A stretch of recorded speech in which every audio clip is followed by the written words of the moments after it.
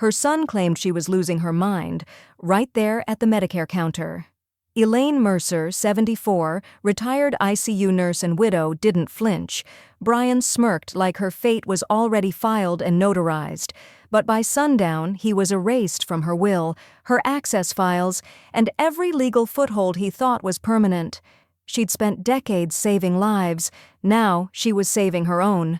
And when he came back with lawyers and lies, her records were waiting. Before we begin, may I ask, where in this big, beautiful world are you listening from?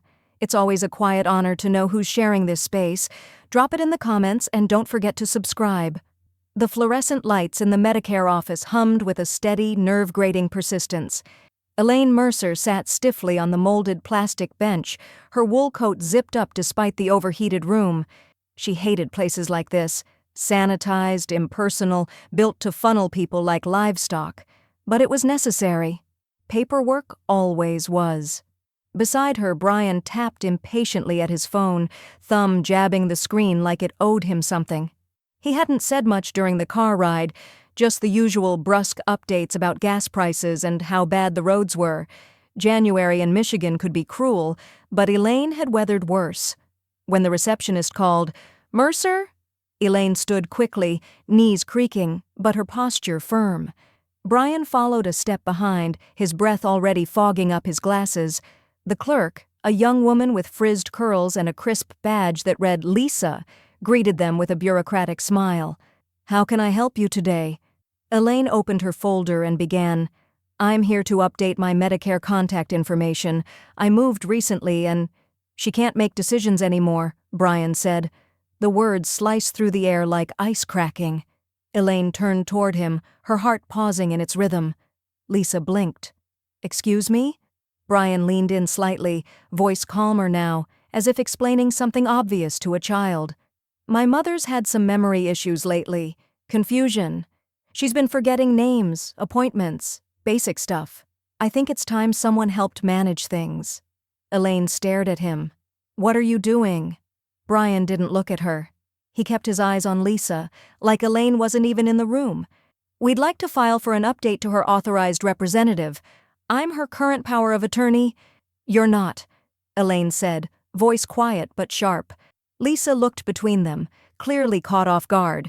Her eyebrows crept up just slightly, enough to register alarm or suspicion. "Ma'am, do you currently have someone listed as your agent under your Medicare file?" Elaine exhaled slowly, steadying the tremble in her fingers. She reached for her purse, unclasped the top, and pulled out a thick, neatly folded packet with a blue tab peeking from the edge.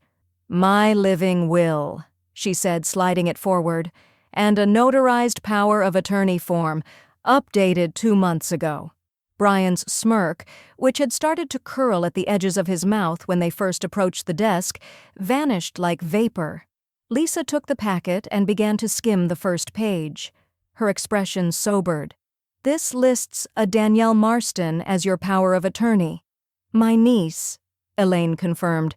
"She teaches high school science, hasn't stolen anything from me, which is a plus." Brian stepped forward. "Mom, come on. This isn't about theft. It's about safety. You've been making erratic choices." "I'm 74, Brian, not 4. Elaine's tone was level, not loud, but it cut through his protest like a scalpel. "And I have not been diagnosed with anything, not by a doctor, not by a court, and certainly not by you." Lisa held up her hands. "Okay, I'm not a judge here. I just need to confirm what's legally on file. And this," she tapped the folder, "overrides anything previously submitted?" Elaine nodded. "Then let's fix the paperwork. And remove his name." Brian stared at her, stunned for the first time. The color in his face drained, leaving behind something brittle and pale. "I drove you here," he said under his breath. "I rearranged my schedule." "I didn't ask you to come," Elaine said, keeping her gaze on Lisa. "He invited himself."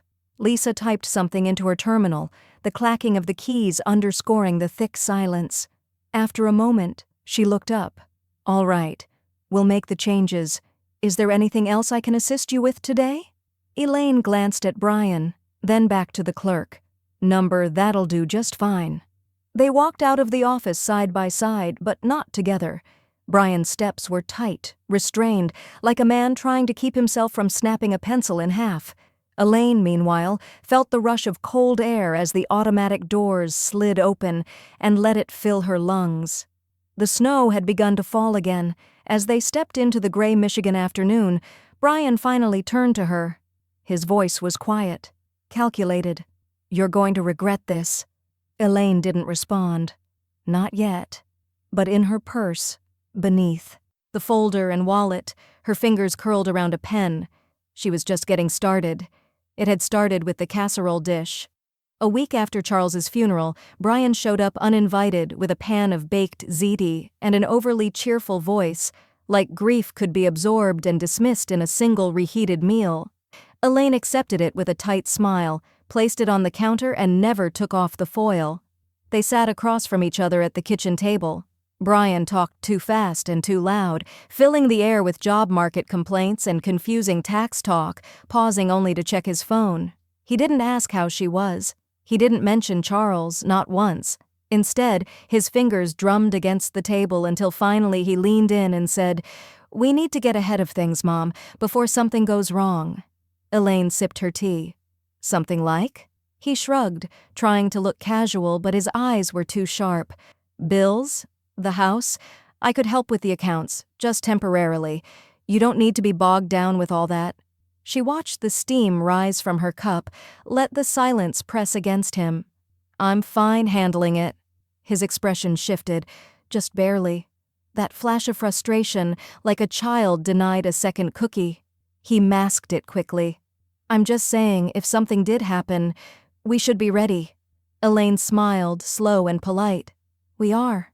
That night, long after he left and the untouched ziti went into the garbage, Elaine sat at the dining room table with a yellow legal pad and her husband's old fountain pen. The fireplace crackled quietly behind her as she made a list. Contact Medicare update living will remove Brian as POA call Danielle. She underlined the last item twice. The next week, she walked into the Medicare office with a small folder tucked against her side and Danielle by her shoulder. Danielle, with her earnest eyes and ink-stained fingers, still smelled faintly of dry erase markers and winter wind. "You sure you want to do this now?" Danielle had asked in the parking lot. Elaine had nodded, her voice calm. "There's a window after death. People either step in to help or they step in to take." Inside, a different clerk, older than Lisa but no less guarded, watched quietly as Elaine laid out the documents on the counter. Her late husband's death certificate, her original living will, and the freshly printed amendment forms. Elaine filled out the new directive by hand, her pen moving steadily. When she reached the section for power of attorney, she paused only for a breath, then wrote, "Danielle Marston." Danielle shifted beside her, uneasy. "Are you sure?" Elaine didn't look up. "You're calm, organized, honest. You don't want anything from me. I want you safe." "That's enough." The clerk stamped the papers, slid them into a bright blue envelope, and handed Elaine a copy with a soft, "all set." It felt final. Good final. 2 days later, Brian came by again. Elaine hadn't invited him, but the familiar screech of his brakes gave him away. He knocked once before letting himself in with the old key Charles had given him years ago. She met him at the door, hand already on the knob. "You don't live here." "I'm just checking on things." "You can call." He stepped inside anyway, looked around like he owned the place. "I saw the new POA form," he said, voice low. "Danielle? Seriously?" Elaine closed the door slowly behind him. "She has a full-time job, pays her bills and doesn't treat me like a liability." "You blindsided me," he said, tone darkening. "Dad always said I'd take care of things when the time came." Elaine's mouth tightened. "He also said a man shows his character in how he handles grief." That hit something. Brian looked like he might speak, then shook his head. "You made a mistake," he muttered. "You'll see." He turned to go, but she stopped him at the threshold. "Don't bring casseroles when you're really serving paperwork." He froze for a beat, then walked out into the brittle cold. Elaine watched from the doorway, arms folded tight. The snow had hardened since morning, forming a thin crust across the steps. When she closed the door, she didn't lock it immediately. Instead, she went to the kitchen, opened the drawer beneath the bills, and pulled out the key Charles had given Brian years ago. She dropped it in the garbage disposal, turned the switch. The metal screamed. The wind bit hard as Elaine stepped off the curb and onto the slushy parking lot. The sky had darkened while they were inside. Michigan afternoons in January folded fast into dusk. Snow had begun to crust over the windshield of her Corolla. Brian was already there, arms folded, leaning against the side of his car like he'd been waiting hours. His breath fogged in quick puffs, jaw clenched tight. She half expected him to launch into a tirade before her boots even hit the pavement. Instead, he let the silence settle first. Then, "You really think that clerk understood what you just signed?" Elaine kept walking. "I understood." He stepped into her path. "You think this is smart? Cutting me out like I don't know how things work?" She tilted her head, appraising him. "You mean finances?" Brian scoffed. "Don't play cute, Mom. Taxes, investments, health directives, asset transfer. This isn't your wheelhouse." Her eyes narrowed. "I was an ICU nurse for 30 years. I've handled DNR orders, crash carts, and watched men half your age die with less whining. I think I can manage a checking account." Brian's lips parted slightly. Offended, surprised, maybe both. His gaze darted toward the office behind them, as if he were calculating how much of this someone inside could hear. "You're being reckless," he said, voice lower now. "You don't know how fast things can spiral. What if Danielle gets overwhelmed? What if someone takes advantage of her?" Elaine raised an eyebrow. "She hasn't asked for access to my accounts. You did." He tried again, softening the edges of his voice, shifting into that old familiarity he used back in high school when he'd cracked her rearview mirror and needed her to smooth it over with Charles. "I'm just trying to look out for you." "Number you're trying to look in.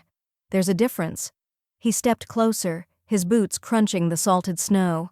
"She's been feeding you things, getting in your ear. You've always been too trusting." Elaine didn't flinch. "She listens. That's different from manipulation. And it sounds like you're describing yourself." That did it. The mask slipped for just a second. Brian's mouth twisted. Not in rage, but something worse. Contempt. "You've never been good with money. Dad handled everything. And now you're going to let a high school teacher play accountant?" She didn't break eye contact. "Danielle's never lied to me about a layoff, or a foreclosure, or bounced checks I had to cover." Color bloomed in his cheeks then, fast and hot. His breath came heavier now, little clouds puffing out into the air between them. "I lost my job because the company folded, not because I'm irresponsible." "You lost it because you took liberties you weren't supposed to. That wasn't the company's fault." Brian's eyes flashed. "So this is about punishing me." Elaine opened her car door, calm and slow. "Number, this is about protecting me." He took a step closer. Too close. The snow crunched again beneath his heel. "You're going to regret cutting me out," he said, voice flat now. Cold. Elaine stared at him over the top of her car door. "That sounds like a threat." He didn't answer. A long, heavy moment passed between them. Finally, Elaine slid into her seat and pulled the door shut with a clean, mechanical thud. Brian stood there as she reversed out, his figure growing smaller in the rearview mirror, but not less dangerous. She didn't breathe easy until she turned onto the main road, but even then, something in her gut stayed tight. Not fear, not yet, but anticipation. Like a nurse watching the monitor before the numbers crash. The envelope was thick, stamped personal and confidential, and slid through Elaine's mail slot on a Wednesday morning like a blade in an envelope. She almost didn't notice it. She was midway through slicing a grapefruit in the kitchen, hands steady, mind already in her grocery list. It wasn't until her boot caught the corner of the manila flap on the way to the front door that she saw the courthouse return address. Her chest tightened before she even opened it. In the matter of Elaine Mercer, petition for appointment of guardian of the person and estate, emergency motion filed. She stood motionless in her foyer for several seconds, the paper trembling only slightly in her fingers. Not with age, not with weakness, with fury. In a narrow column of fine print allegations, Brian had described her as mentally diminished, frequently disoriented, and susceptible to external manipulation. The lines crawled with insinuations she didn't recognize, woven through with cherry-picked dates and distorted facts. He'd even claimed she'd missed medical appointments he hadn't known existed, and near the bottom of the filing, in a cold summary of justification, a citation to a supposed doctor's concern about increasing cognitive decline. Dr. Harold Levin. Elaine narrowed her eyes and reached for her cordless phone. By noon, she was seated across from Dr. Levin himself, coat still dusted with salt and snow. "I never wrote that," he said flatly, reading the copy she'd slid across his desk. "Never said it either." He looked at her over the rim of his glasses. "You scored in the top percentile on your annual cognitive screen. I told you that personally." "You did," Elaine said. Her voice was calm, but her jaw was locked like a bolted door. Levin leaned back. "Is your son trying to put you in a home?" Elaine gave a half smile that didn't reach her eyes. "Not quite, but he's trying to own the keys." That night, she called Danielle. "I need a lawyer," she said simply, "and a notebook." Danielle was at her door the next morning, bundled against the frost and holding both. Elaine began the log on a fresh page in the lined spiral Danielle had brought. She noted the date, what time she woke up, what medication she took, what groceries she ordered, what she paid, who she spoke to. She documented the weather, the headlines, her blood pressure. Her tone wasn't frantic. It was methodical, clinical, like charting a patient on the edge of something critical. The next day, they met with a gray-haired elder law attorney named Marlene Fisk, whose eyes were sharp enough to peel paint. "He filed this as an emergency?" Marlene said, flipping the packet. "Classic intimidation play. Forces the court to act fast, hoping you won't." Elaine kept her voice even. "Then we don't wait." Marlene looked up. "You're willing to undergo a cognitive evaluation?" Elaine nodded. "Voluntarily? With independent oversight." Danielle placed a hand on her arm. "You don't have to prove anything." "I know," Elaine said. "But I will." That night, Elaine typed and printed a checklist she titled, "Documented Autonomy." It included a list of passwords, account balances, contacts for her pharmacist, and copies of every signed form Danielle had ever witnessed. She cross-referenced them with timestamps, bank statements, grocery receipts, and even thermostat settings. If Brian wanted a paper trail, she'd give him one. She left nothing open for interpretation, except for the things she couldn't document, the growing sense of violation, the knowing, bone deep, that Brian had been preparing this long before his first casserole, that every warm smile had been inventory, every phone call, a probe. At 10:42 p.m., her cell buzzed with a withheld number. She let it ring, then rang again. She turned the ringer off, and yet, when she turned toward her living room window to shut the curtains, she paused. Across the street, a dark SUV idled, engine running. No dome light, just heat-fogged glass. It didn't move. Elaine's hand froze on the curtain string. So it begins, she thought. Elaine sat in a beige room that smelled faintly of toner and institutional carpet cleaner, her coat folded over her lap and her pen poised in hand. The neuropsychologist's office was quiet. Too quiet. The kind of quiet that made people second-guess themselves. She didn't. A clipboard sat before her, the pages thick with boxes, patterns, sequences, and paragraphs to recall. A younger woman with kind eyes and a no-nonsense ponytail introduced herself as Dr. Alina Groves, neutral tone, sterile posture, trained to read the tiny signs of deterioration. Elaine nodded politely. "We'll be going through a series of tasks to assess memory, reasoning, language, and executive function," Dr. Groves explained. "You can take breaks if needed." "I won't need them," Elaine said, not out of pride, but certainty. The test began. Elaine recited sequences backward. She sketched intersecting shapes with crisp lines. She remembered 5 unrelated words after 10 minutes, twice. At one point, Dr. Groves raised an eyebrow, slightly impressed. 2 hours later, the session ended with a final question. "What do you believe is happening in your life right now that brought you here?" Elaine paused only to choose the right phrasing. My son is attempting to take control of my legal and financial autonomy under the false pretense of cognitive decline. I agreed to this evaluation voluntarily to prove otherwise. Dr. Groves said nothing for a moment, just clicked her pen and made a final note. I'll write up the summary and send it to your attorney. Elaine stood. I'll wait for the facts myself. 3 days later, Marlene called her at home. Elaine, she said, voice laced with restrained delight, you didn't just pass. You exceeded. Your visuospatial and working memory scores were in the 98th percentile. Elaine exhaled. Not relief, validation. Marlene continued, I've already filed a motion to dismiss the guardianship petition on grounds of incapacity being demonstrably false. Now I'm digging into something else. Elaine turned toward the filing cabinet in her den. What something? Your husband's estate. That stopped her cold. There were transfers made, Marlene said, near the end of his life, quiet ones. Do you recall giving Brian power of attorney over Charles? Elaine's breath caught. Charles did, years ago. I didn't look too closely. He trusted Brian. Marlene made a sound between a sigh and a grunt. I'm looking at a string of withdrawals from your joint account during Charles's last hospitalization. Thousands. Transferred to a secondary checking account Brian opened in his name only. Elaine sat down slowly at her desk. Are you saying? I'm saying this didn't start with you. Danielle arrived that afternoon with a stack of frozen meals and a face like thunder. Elaine met her at the door, holding the printout from Marlene in one hand. He stole from Dad? Danielle asked, staring down at the account summaries. Before he died, Elaine said quietly, while we were in and out of the hospital, he was siphoning. Danielle dropped the grocery bag with a sharp thud on the counter. Unbelievable. He's been planting this idea that you're losing it, while he was cashing out your future. Elaine nodded slowly.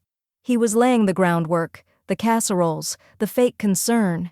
He didn't just wake up and decide I was incompetent. He's been grooming that story for months. Before the funeral, Danielle said. Elaine looked up. Her voice was calm, but a vein of steel threaded through it. Before the stroke, before the DNR, before the last ICU stay. Danielle's face shifted. You think he was planning even back then? I think, Elaine said, that while I was charting vitals and holding your uncle's hand at 3 a.m., Brian was watching the clock. Not for his father, but for my window. Danielle sat at the kitchen table, stunned. It's sociopathic. Elaine picked up the logbook from the countertop, flipped to that morning's entry, and added a note in the margin. Pattern recognition equals intact. She looked back at Danielle. He thinks this is about competency. It's not. Danielle blinked. Then what is it? Elaine closed the notebook. Compliance. Outside, the snow had started again. Quiet but steady. The kind that didn't melt right away. The kind that buried things. Her fax machine whirred to life in the other room. One long confirmation beep. She stood, calm and deliberate, and walked toward the sound.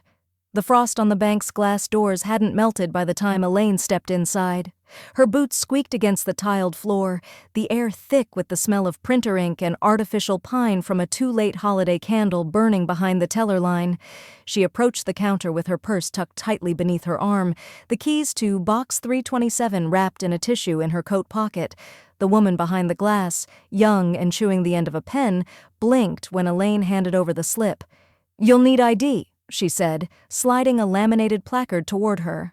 Elaine pulled out her driver's license and the secondary key that had lived untouched in the bottom drawer of Charles's desk since the Reagan administration. "I believe this box was jointly held under Charles and Elaine Mercer." The clerk typed something, squinted at the screen. "Still active," she confirmed. "Been a while, though. Last accessed," she frowned. 1996? Elaine didn't flinch. "I'd like to see it now."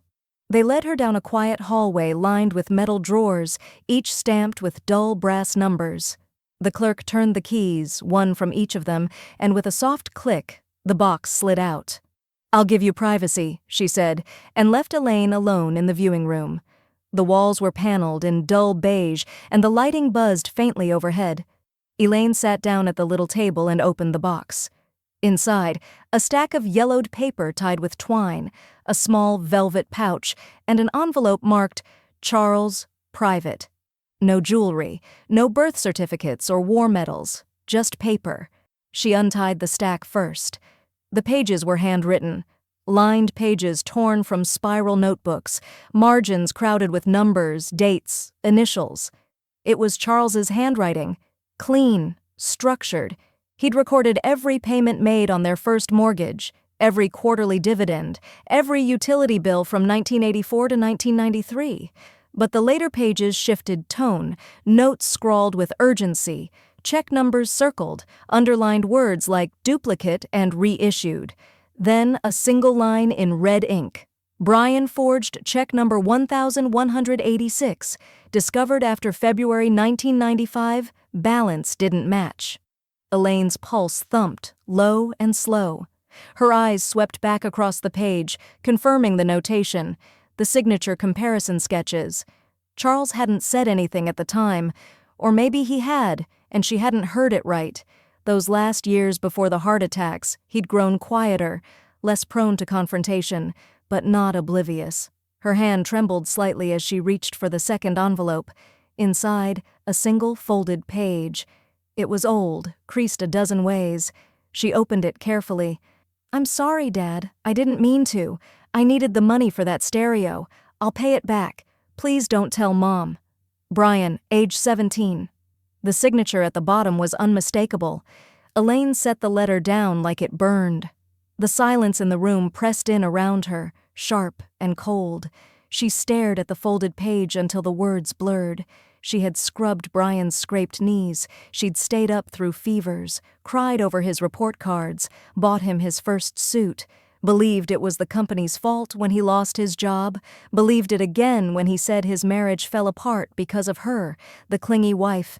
She'd believed, even when belief came at the cost of her dignity. And all along, he'd been counting on that belief like interest. She pulled out her notebook and began copying key entries from the ledgers. Check numbers, amounts, dates.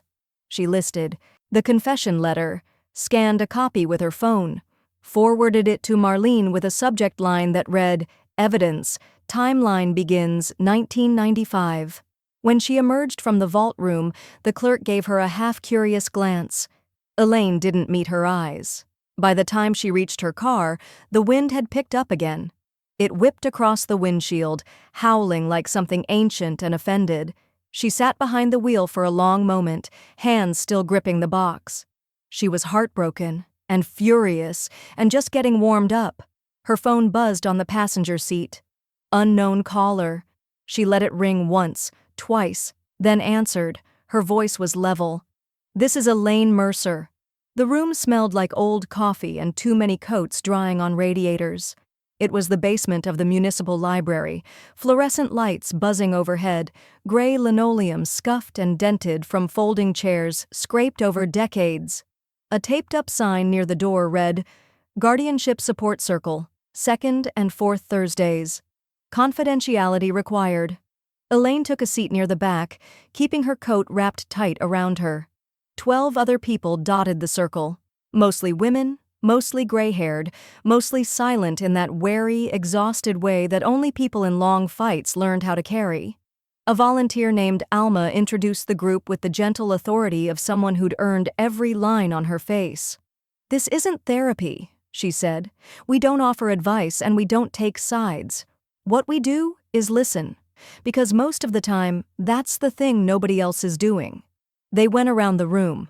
One man's daughter had moved him into a facility and sold his house before he realized what was happening. A woman named Rhonda had spent 6 years in court trying to regain access to her own pension.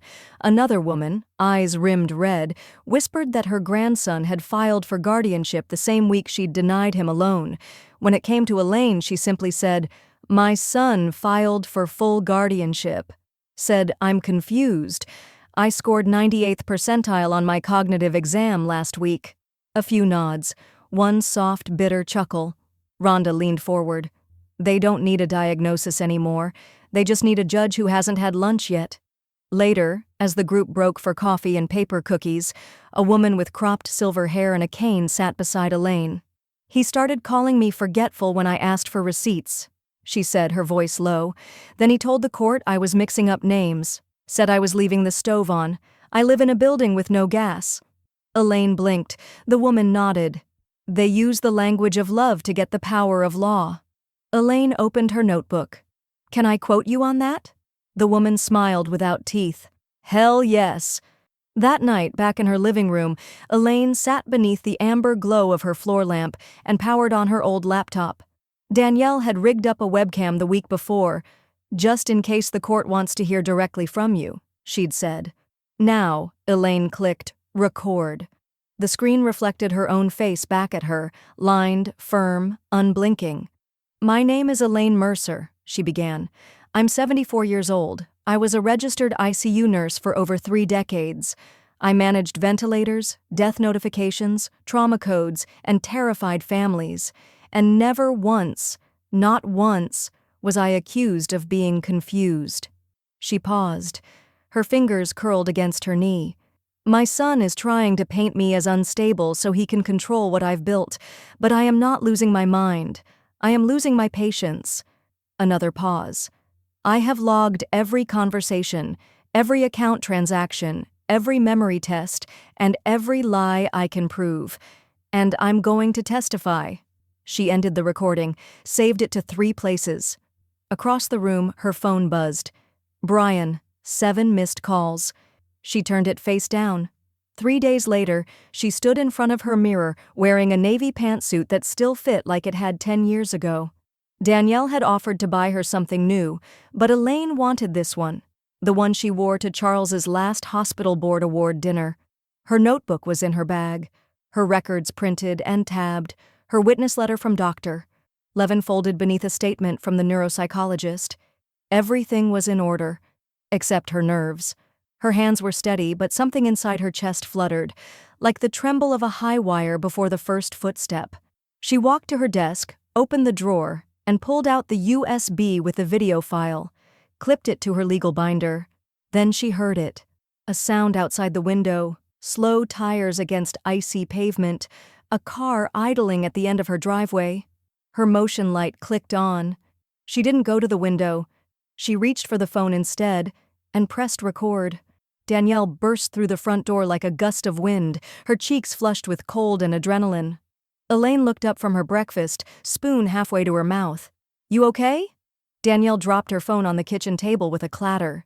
You need to see this. Elaine set the spoon down carefully. Danielle pulled up an online listing, an auction page from a collector's marketplace. The item description was vague, but the photo was not. A teardrop sapphire pendant on a gold chain. Elaine leaned closer, her pulse tightening. That's mine, she said. Charles gave it to me for our 25th anniversary. Danielle swiped to the next listing, a cameo brooch Elaine hadn't worn since Rhonda's wedding in '09.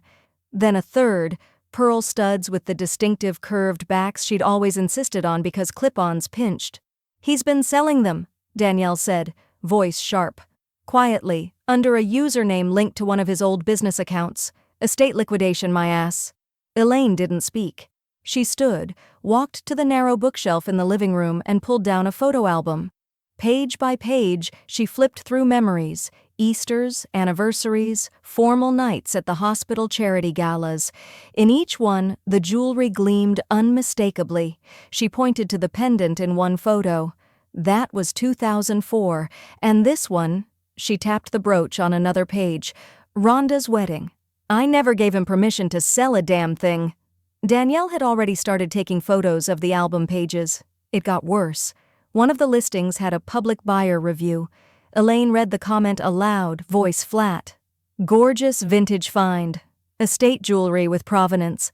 Seller says from elderly mother downsizing. She turned the page in the album with deliberate care. He didn't just steal, she said. He marketed me as dead weight. Danielle forwarded the screenshots to Marlene, attaching Elaine's statement and the corroborating photo evidence. By 3 p.m., Elaine's attorney filed a new motion, intentional fraud by petitioner. It shifted everything. This wasn't just a guardianship dispute anymore. It wasn't a gray area of who knows best. Now there were receipts, Sales, profit, deception across state lines, the legal battle had stepped into criminal shadow. The next morning, the court clerk called. Brian's legal team had requested a continuance. Of course they did, Marlene muttered, pacing Elaine's living room. They smell the smoke and want time to put out the fire. Can they stall? Elaine asked. They can try, but I'm about to make sure that door slams shut. Danielle was at the kitchen table, highlighting documents and printing annotated timelines. The judge said discovery needed to be submitted by Monday. They're out of runway. That afternoon, the courthouse clerk called back. Motion denied. The hearing would proceed on schedule.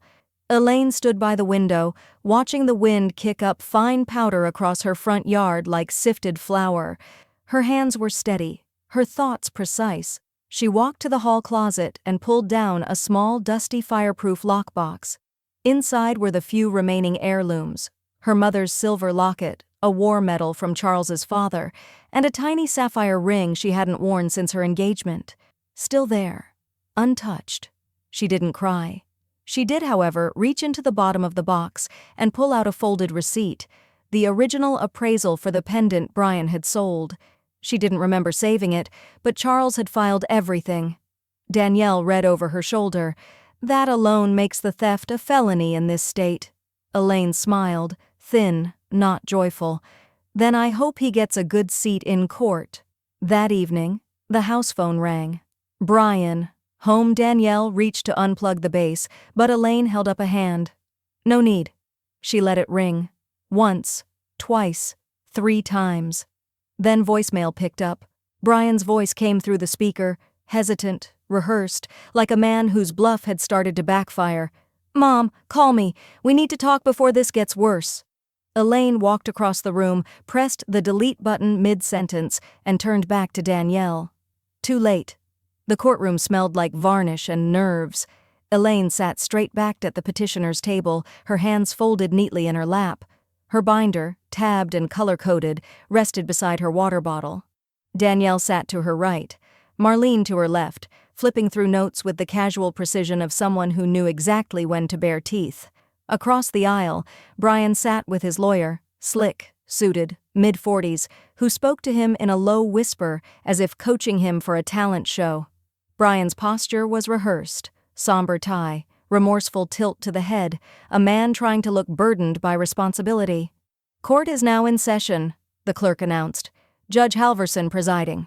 The judge, a balding man in his 60s with drooping jowls and no time for theater, adjusted his glasses and looked directly at Brian's attorney. You may proceed. Brian's lawyer stood with forced solemnity. Your Honor, this petition stems from deep concern, not malice. My client, Mr. Brian Mercer, has observed troubling behavior in his mother over the past several months. Instances of forgetfulness, mismanagement of daily affairs, emotional volatility. She lives alone, and despite her best intentions, has become increasingly isolated. Elaine sat still, absorbing each word like a boxer taking blows on the gloves. She has refused offers of help, the attorney continued, and her current power of attorney, a niece with no medical or legal background, may be enabling further decline rather than providing support. Marlene rose slowly. Your Honor, I'd like to submit a court-certified cognitive evaluation completed by Dr. Alina Groves, as well as a supporting letter from Dr. Harold Levin, her long-term primary care physician. Both confirm, emphatically, that Ms. Mercer exhibits no signs of dementia, confusion, or cognitive deterioration. She handed the documents to the bailiff. They further recommend no intervention and affirm her capacity to make autonomous legal and financial decisions. Judge Halverson flipped through the first page. Grunted. Noted, Marlene continued. I'd also like to call Ms. Danielle Marston to the stand. Danielle rose, straightened her shoulders, and walked with unflinching clarity to the witness chair. She took the oath with a voice steady as snowfall. Ms. Marston, Marlene began, can you describe your aunt's daily routine? She wakes up around 6, makes coffee, reads the Detroit Free Press, logs her medication and blood pressure. She tracks every payment and withdrawal on paper and in a spreadsheet I helped her format. Marlene nodded. And her decision to assign you power of attorney, was that requested by you? Danielle shook her head. Number she told me her reasons were rooted in past concerns about Brian's financial behavior. She wanted someone with no conflict of interest. Brian leaned over and whispered something to his lawyer, who then stood. Ms. Marston, you're a high school science teacher, correct? Yes. Not a medical doctor. No. And you live 30 miles away from your aunt? 33. Then would you say you're truly equipped to monitor the well-being of an elderly woman living alone? Danielle didn't flinch. You don't need a stethoscope to recognize integrity. A few quiet coughs broke out in the gallery. The lawyer hesitated, then sat down. Judge Halverson turned to Marlene. Call your next witness. Elaine stood before she was asked. Her heels made soft clicks against the tile floor as she walked to the stand. She adjusted the microphone, met the judge's gaze squarely. Do you swear to tell the truth? The bailiff asked. I always have, she replied. Judge Halverson leaned forward. Ms. Mercer, are you aware of the petition before this court? I am. And do you contest it? With every breath in me. Marlene approached, setting a copy of the binder on the rail. Ms. Mercer, is it true you prepared this logbook of your daily activities? Yes. Why? Elaine looked directly at Brian for the first time. Because I knew my son was building a case, so I built mine. Brian shifted in his seat. His jaw ticked. The courtroom settled into a silence so sharp it hummed. Please continue, the judge said. Elaine reached into her folder, removed a folded letter, and set it on the railing. This is a confession, handwritten, from my son. When he was 17, he stole from his father. He's been perfecting the skill ever since. Judge Halverson's brows lifted. Marlene took the letter. This will be entered as evidence. Brian's lawyer stood quickly. Objection, relevance, and prejudicial impact? Overruled, the judge snapped. Let her speak. Elaine turned back to the bench. Her voice was calm but ironclad. I am not confused. I am not unstable. I am not your burden. I am your mother. And I still know the difference between help and a hostile takeover. The judge didn't blink. He turned a page in the file and said, Ms. Mercer, please remain on the stand. I have a few questions of my own. Elaine adjusted her reading glasses and unfolded the letter with deliberate care, the crease marks still crisp after nearly 6 decades. Her fingers didn't tremble. Her voice didn't waver. This was written by my son, Brian Mercer, at the age of 17, she said, eyes steady on the judge. Found in my late husband's bank box. It was never meant to be seen again, but we're long past silence. She began to read. I'm sorry, Dad. I didn't mean to. I needed the money for that stereo. I'll pay it back. Please don't tell Mom. Brian. She looked up. That was after he forged a check. Charles, my husband, documented it. He noted the signature discrepancies. We kept it private, because we thought he'd grow out of it. Elaine's eyes swept across the courtroom, briefly landing on Brian. He stared at the table. But it didn't stop. It evolved. She opened her notebook to a page filled with bullet points, tight and neat. Between 2005 and 2014, while my husband was hospitalized multiple times for heart complications, Brian held his power of attorney. During that period, over $37,000 were transferred into accounts in Brian's name. Marlene stood and approached the bench. Your Honor, we've submitted documentation supporting those transfers, as well as notarized ledgers from Mr. Mercer's personal records. Judge Halverson held up a hand. I've reviewed them, Elaine continued. Then came the jewelry, estate listings, public reviews, and now this guardianship petition, based not in concern, but in calculation. Brian's attorney stood, clearing his throat. Your Honor, I must object to the characterization. My client— Sit down, Judge Halverson said, without raising his voice. The attorney hesitated, then obeyed. Elaine reached into her binder and removed a USB. Danielle stood from the gallery and stepped forward to hand it to the bailiff. This is a personal statement, Elaine said. Recorded 3 days ago. I'd like the court to hear it. The judge nodded. The bailiff plugged the drive into the courtroom laptop. The monitor flickered, then filled with a still image of Elaine, sitting beneath her floor lamp, her face composed and calm. The courtroom held its breath. "My name is Elaine Mercer," her recorded voice said, clear and unwavering. "I'm 74 years old. I'm a widow, a retired ICU nurse, and a mother.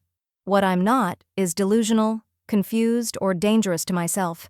What I am is inconvenient to someone who thought I wouldn't fight back." The room remained frozen. Even Brian had stopped shifting in his seat. "My son doesn't want to help me. He wants to manage me, silence me, reclaim the power he thinks he lost when I said no." Elaine's real-time self sat at the witness stand, watching the playback with clinical detachment. The video faded to black. Judge Halverson leaned forward. "Do you stand by that statement?" "I do." He folded his hands atop the file in front of him. "Ms. Mercer, your documentation is thorough. Your evaluations are irrefutable. Your testimony is consistent and credible." He looked to Brian. "Mr. Mercer, your petition lacked substantiated medical evidence. Your financial involvement with your late father's estate and subsequent sales of your mother's possessions raised troubling ethical questions." Elaine did not smile. She did not blink.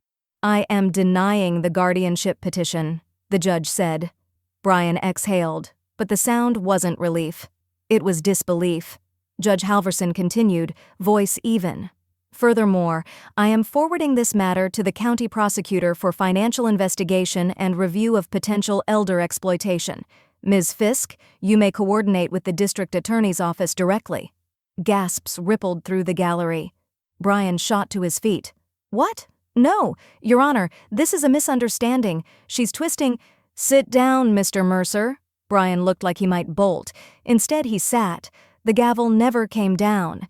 It didn't need to. The silence had the finality of judgment. Outside the courtroom, reporters waited like vultures in parkas.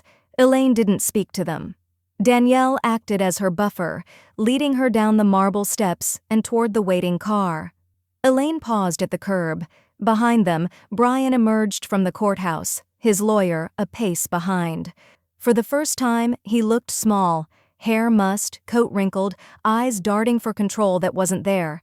He caught Elaine's gaze. She didn't flinch. She didn't speak. She got in the car and closed the door behind her. Only once it pulled away did she finally let her shoulders drop, not in defeat, in release. But when she turned her phone back on, there was a new voicemail. Blocked number. 42 seconds long. She played it once, then twice. No voice, just breathing, and something that sounded like a match striking. The courthouse elevator hummed downward with a mechanical whine, the kind that always sounded like something straining not to break. Elaine stood near the back, arms crossed loosely, binder hugged to her side. Danielle was a step ahead, already texting Marlene a thank you and confirming next steps with the DA's assistant. The doors parted on the lobby level, and there he was. Brian. Waiting. He stepped forward just as Danielle looked up. "No," Danielle said instantly, stepping between them. Elaine touched her niece's arm gently. "It's all right." Brian's face was red around the edges, like the blood couldn't figure out where to go, rage or shame. His coat hung open, damp from melted snow, tie loosened like he'd ripped it off in a hallway somewhere. "You smug as hell right now?" he said through clenched teeth. "You happy? Dragging me through this circus?" Elaine didn't blink. "I didn't drag you anywhere, Brian. You built this tent. I just brought a flashlight." He stepped closer. Too close. "You've embarrassed me. You've embarrassed yourself. Over what? Some earrings? Some paranoid obsession that everyone's out to get you?" Danielle took a sharp step forward, but Elaine stopped her with just a glance. "Stop calling it concern," Elaine said calmly. "You weren't trying to protect me." You were trying to preserve access." Brian's laugh was bitter and jagged. "You really think you're in the clear? The hearing's done, but the internet never forgets. You made this public. You made me public. I didn't ask for cameras, but I'm not hiding from them either." Brian's voice dropped low, dangerous. "You want to be a martyr, go ahead, but don't think you're walking away clean. I hope whatever petty satisfaction you feel now was worth the wreckage you've made of this family." Elaine's expression didn't shift. "I gave you everything," she said, voice like glass cracking beneath weight. "Every chance, every benefit of the doubt, every quiet decision that kept your name out of courtrooms until now. And now?" She leaned in, voice lower, eyes locked. "I'm taking back what's mine." Brian's mouth opened, but security arrived before the sound did. "Sir," one of the guards said, a tall woman with a walkie clipped to her belt, "we need you to exit the building. Now." Brian's eyes darted between Elaine and the guard. "You called them?" "No," Elaine said, "but I'm glad they came." He didn't resist, just spat a sharp breath through his nose, turned, and stalked out toward the glass doors. His footsteps echoed across the marble as if the building itself was pushing him out. Danielle exhaled hard. Elaine didn't. Not yet. They stepped outside into the cold. The Michigan sky was a soft bruise, gray and fading. Elaine pulled out her phone, tapped open the DA's intake form she'd been sent the night before. "I want him barred permanently from acting as power of attorney, fiduciary, or legal guardian for anyone over the age of 60, she said to Danielle. "Not just for me. For anyone." Danielle blinked. "You can file that?" "With the affidavit Marlene drafted? Yes. The judge's referral gave us traction. I'm not going to waste it." They walked to the parking structure, boots thudding softly against the salt-dusted sidewalk. Elaine's phone buzzed again before they reached the car. She glanced down. "Unknown number. Voicemail received." She didn't play it yet. She slipped the phone into her coat pocket, tucked her scarf tighter, and looked at Danielle. "You hungry?" Danielle gave her a smile. "Are you?" Elaine finally smiled back. "Ravenous." They drove off as streetlights blinked on behind them. Across town, in the district attorney's office, a paralegal flagged a file from the inbox. Subject line, "Guardianship petition fraud, Mercer case, referral by Judge Halverson." She forwarded it up the chain. And 10 minutes later, someone from the Financial Crimes Division picked up the phone. "Let's open a file." The back door was ajar when Elaine returned from the hardware store. It was barely noticeable at first, just a sliver of air between wood and frame. But the deadbolt was twisted wrong, and the door jamb splintered in a way no wind had ever managed. Elaine stopped cold on the threshold. She didn't call out, didn't step inside. Instead, she set her bag down gently, pulled out her phone, and dialed 911. "This is Elaine Mercer," she said, voice even. "I believe my home's been broken into. The door's been forced. I haven't entered yet." The dispatcher's voice was calm, practiced. "Officers would arrive within 7 minutes. Stay outside. Don't touch anything." Elaine nodded, though no one could see her, and waited by the mailbox. She didn't feel scared, not exactly. She felt still, the same stillness she'd felt standing over a coding patient while the monitor flatlined and the room filled with hands and static. That slow-motion clarity before everything erupted. 2 cruisers arrived fast. One officer circled the back while another approached her gently, respectfully. They cleared the house within minutes. "No one's inside," the taller officer said. "But you were right. Entry was forced." Elaine stepped inside only when given the all-clear. Nothing had been ransacked, no shattered lamps, no drawers flung open. But when she opened the cabinet above her desk, where she kept the labeled file folders, a backup USB, her original will, her breath caught. Empty. Every document was gone. Not the copies, the originals. She closed the cabinet slowly, turned. "I'd like the room dusted," she said. The officers exchanged a glance. One nodded and radioed for a technician. An hour later, she stood in the living room while a forensics team dusted smooth surfaces and bagged prints. The lead technician approached her with gloved hands. "We got a clean partial on the desk knob," he said, "and 2 good ones on the back door handle." Elaine raised an eyebrow. "Can you run them?" "We already are." He hesitated, then added, "You have someone in mind?"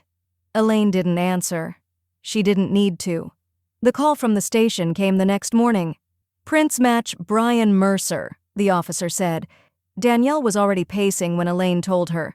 "He broke into your house?" She exploded. "For what? The originals?" To try to prove something or bury it. Elaine was calm. He took what he couldn't control. That's a line, Danielle said. He crossed a line. Elaine already had the county website open. She clicked through the restraining order forms like a nurse filling out an intake chart. Name, relationship, location of incident, known threats. I'm filing now, she said. Danielle sat beside her, jaw clenched. You need to come stay with me, seriously, even if it's just for a week. Elaine shook her head. If I leave, he wins. Danielle blinked. This isn't a metaphor. He broke in. You could have been home. I wasn't, Elaine said, eyes still on the screen. And next time, he won't make it through the door. Danielle opened her mouth to argue, but Elaine turned the laptop toward her. Help me pick security cameras. Danielle stared, then sighed. Okay, fine. But we're doing full perimeter, motion sensors, floodlights, and cloud backups. I want something that pings my phone if he so much as breathes near your lawn. Elaine nodded. Good, let's also change the locks, all of them, and I want an alarm panel by every door. They ordered everything by dinner. By noon the next day, the hardware van was in her driveway, and the front porch had a new steel-reinforced deadbolt. A technician showed her how to access footage on her phone and walked her through the panic button on the base panel, twice. Elaine listened carefully, took notes. After they left, she poured herself a cup of tea. No sugar, just heat and calm. She sat by the window and watched the front lawn. Clean, white, still. Then the doorbell rang. She stood, walked to the monitor, pressed play. The camera feed lit up. Brian, standing on the sidewalk, holding something small and silver in his hand, smiling like it was nothing. The courtroom was half full this time, no press, no arguments, just silence, protocol, and a single gavel tap from Judge Halverson as he signed the protective order with a thick black pen. Mr. Mercer, the judge said without looking up, you are hereby barred from coming within 100 feet of your mother's home, person, finances, or designated power of attorney. Violations will result in immediate arrest. Brian stood next to his court-appointed attorney, jaw tight, tie askew like he hadn't learned anything since the last hearing. Elaine sat with Marlene in the front row.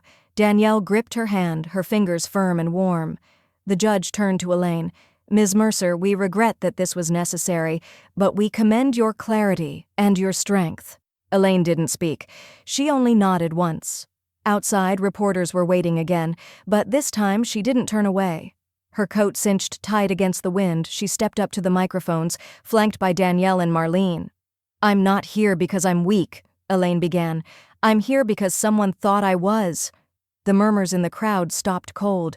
This isn't just my story. It's thousands of people's stories. Elders are targeted because we raised our children to expect love and didn't prepare for betrayal. A young reporter stepped forward. What do you want to see happen next, Ms. Mercer? Elaine didn't blink. Consequences. The clip aired on the 6 o'clock news, then the 10th. Then the national feed picked it up. Danielle's phone exploded with notifications. By morning, #JusticeForElaine was trending. But the real moment came 2 days later when Danielle opened a small envelope from the Elder Legal Fund of Michigan. Inside was a check for $22,400 in grassroots donations, with a note that read, "For every mother who still knows her mind." Danielle cried. Elaine didn't. She was busy faxing over the final edits to her will. The financial exploitation case moved faster than anyone expected. The forensic reports were airtight. The check history, the jewelry sales, the forged notations, all laid bare. Brian's lawyer negotiated a plea. He avoided jail but lost everything else: his brokerage license, his ability to serve as a fiduciary, and all current POA privileges. His name was now in the Elder Protection Database. Elaine was notified by email. She read the last line 3 times. Subject permanently disqualified from acting in any legal fiduciary capacity involving senior citizens. She closed her laptop. Breathed. Not victory. Just breathe. Later that afternoon, she stood at the kitchen counter with a fresh copy of her amended will. The lawyer had offered to mail it back, but she'd insisted on a print version. tangible, weighty. Danielle sat across from her, fidgeting with a tea bag. "You sure you want to do this?" Elaine nodded. Her hand moved smoothly as she signed the last page. "You're getting everything," she said, "and half of it you'll donate." Danielle blinked. "You want me to give it away?" Elaine smiled. "To the non-profit legal clinic we found, the one helping fight fraudulent guardianships." Danielle let out a long breath. "You're building a legacy." "I'm correcting one." Elaine slid the pen across the counter. "Witness signature, please." Danielle signed. Outside, the snow had started again, soft and slow. Elaine stood, walked to her file cabinet, and locked the document inside. The steel drawer slid shut with a satisfying click. Then the doorbell rang. This time she didn't check the camera. Danielle answered. A woman stood holding a clipboard, bundled in a heavy scarf and red gloves. Middle-aged, nervous, polite. "Hi," she said. "Sorry to bother you. Is this the Elaine Mercer from the news? I saw the story. My mom is going through something similar. I didn't know where else to turn." Danielle turned to Elaine. Elaine stepped forward, calm and certain. She opened the door wider. "Come in," she said. The soil was still stiff beneath her gloves, half frozen and stubborn from the late March thaw, but Elaine didn't mind. She pressed her trowel into the ground with practiced rhythm, coaxing old roots from cold earth. The hydrangea bed had suffered. So had the fence. So had she.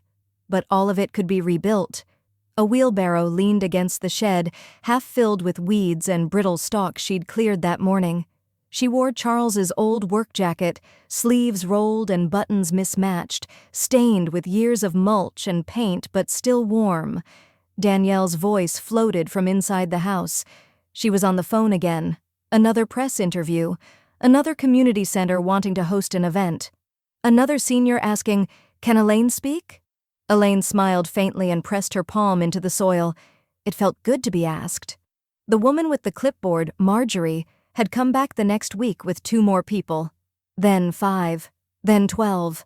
Danielle turned the living room into a makeshift planning zone, whiteboard and sticky notes and old coffee cups marking the start of something neither of them had planned for. They called it Guardian Watch. It was just a newsletter at first, then a meeting space at the senior center, then a booth at the Springtown Fair. Elaine gave one talk. Just one. No script, no fanfare. She told her story straight, handed out checklists, and answered every question with calm authority. She never raised her voice. She didn't have to. By June, they were planning an Elder Fraud Awareness Summit, local sponsors, a modest crowd, but the library had donated space, and the high school AV club volunteered to live stream it. "Quiet hero," the senior center director had called her. Elaine had smiled, then quietly declined the plaque. She didn't want her name carved in bronze. She wanted it remembered in ink, on documents, on forms, on POAs that said no when the wrong people asked for yes. Her knees creaked as she stood from the garden bed. She wiped her gloves on her jeans and surveyed the small backyard, trimmed, prepped, lined with fresh wood chips. Danielle had helped replant the winter kale. The bulbs had taken, daffodils, hyacinth, tulips, a season away from bloom. Elaine breathed deep, cold air, pine mulch, the faintest whisper of the lilacs preparing to wake. Her joints ached more than they used to. Her eyesight dimmed faster by evening. But her mind was as sharp as it had ever been. She pulled the small speaker from her jacket pocket and played one of Charles's old jazz tapes, something brassy and slow. She set it on the porch step, the horns drifting into the late afternoon. Inside, Danielle was laughing on the phone. Elaine didn't know who with, but the sound was clean, light. She picked up her spade again, then paused. At the far end of the yard, just past the fence, 2 figures appeared. Women in their 60s, maybe early 70s. One held a clipboard, the other carried a folded lawn chair. Elaine waved them in through the gate. "You're early," she said. "We start the new workshop tomorrow." One of them smiled. "We know, we just didn't want to be late." Elaine nodded and set down the spade. The 3 of them walked toward the shed, the garden rustling behind them like something waking from sleep. The letter arrived with no return address, just a plain white envelope, tucked between a water bill and a catalog for mobility scooters. Danielle had brought in the mail and nearly tossed it with the junk until she saw Elaine's name written in the familiar, slanted scrawl. Elaine took it in silence. She didn't open it right away. Instead, she placed it on the kitchen table beside her mug, made a fresh pot of tea, and waited for the kettle to finish its soft hiss. She poured, stirred in a slice of lemon, and sat. Only then did she slide her thumb beneath the flap and pull the paper free. It was a single torn sheet of notebook paper. No date, no salutation, just a few words pressed in heavy graphite. You were right, I wasn't. No name, no apology, no return path. Just the faint impression of a hand that had finally stopped pretending it was clean. Elaine stared at the words for less than a minute, then she stood. The fireplace was already laid for the evening, birch logs and crumpled newspaper beneath the grate. She added the letter without ceremony. Struck a match. The flame licked it gently at first, then devoured it whole. The page curled at the corners, blackened, lifted in a brief sigh of smoke, and disappeared. She didn't look away. When the fire caught and steadied, she walked to her writing desk and opened the small iron key drawer. Inside was her will, original, notarized, revised, and final. She ran her fingers along the embossed seal, the sharp corners of each page, the ink as bold as the day she signed it. Her name was right where it belonged, and so was Danielle's, and beneath Danielle's share, a note. To be divided among vetted nonprofits assisting victims of elder coercion and fiduciary fraud. Elaine slid the will back into its folder and locked the drawer. She moved slowly that evening, not because she was tired, but because the quiet was sacred. A house no longer under siege, a name no longer up for debate. Outside, the first flurries of an early snow began to fall, light as ash, soft as breath. She wrapped her cardigan tight and moved to the living room, settling into the armchair that faced the bay window. The tea was still warm. Her phone buzzed once on the side table, a voicemail. She tapped it open and listened. A woman's voice, faint, uncertain. Hi, I was given your number, my father's lawyer. He changed everything when Dad was sick. We didn't realize until it was too late. I don't know if you help people, but I thought maybe you'd understand. Elaine stared out the window, the snowfall just beginning to coat the fence line and bird bath. The woman's voice ended softly. I don't want to lose what's left of him. Please call if you can. The message clicked off. Silence again. Elaine reached for her pen, jotted down the name, then took a long sip of her tea. She let the warmth bloom through her ribs. She let the silence settle again, not as absence, but as peace. And then, she smiled. She had decisions to make.